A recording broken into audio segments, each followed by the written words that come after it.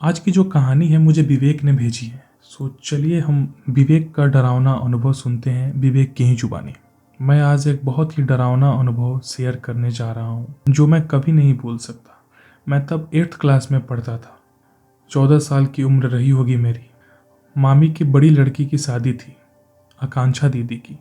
मामा दिल्ली में रहते थे लेकिन शादी इलाहाबाद से कर रहे थे, इसीलिए उन्होंने वहाँ एक बंगला कुछ दिनों के लिए किराए पे ले लिया ताकि सारे मेहमान और घर वाले वहाँ रुक सकें।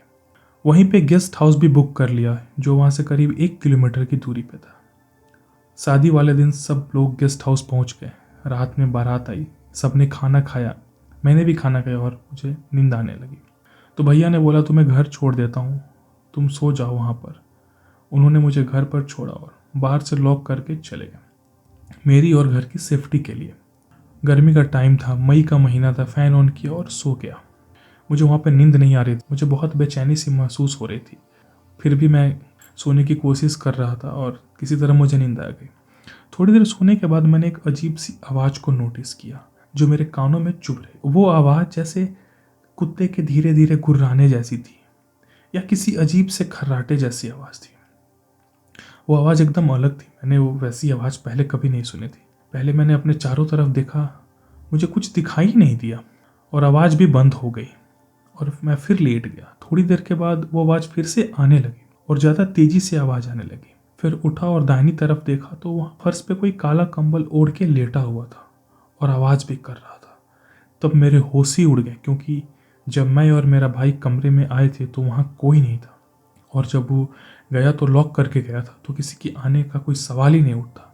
और तब उस टाइम मेरे पास फ़ोन भी नहीं था कि मैं किसी को बुला लूँ। धड़कन बहुत तेज़ बढ़ गई।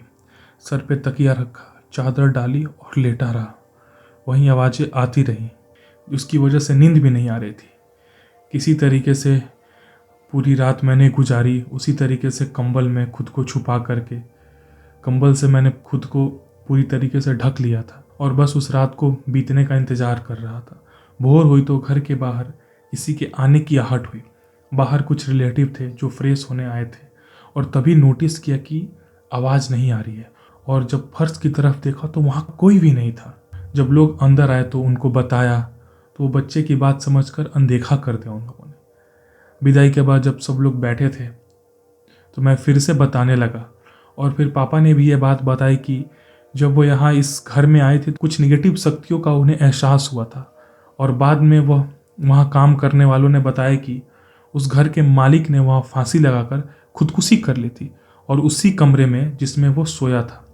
फिर तो सबकी आंखें फटी की फटी रह गई और वो पहला अनुभव था मेरे लाइफ का जिसको मैं जब भी याद करता हूँ मैं हमेशा डर जाता हूँ। तो उम्मीद करता हूँ यह कहानी आपको अच्छी लगी होगी और अच्छी लगी होगी तो प्लीज़ इस चैनल को लाइक शेयर एंड सब्सक्राइब ज़रूर कीजिएगा। Thank you. जय हिंद।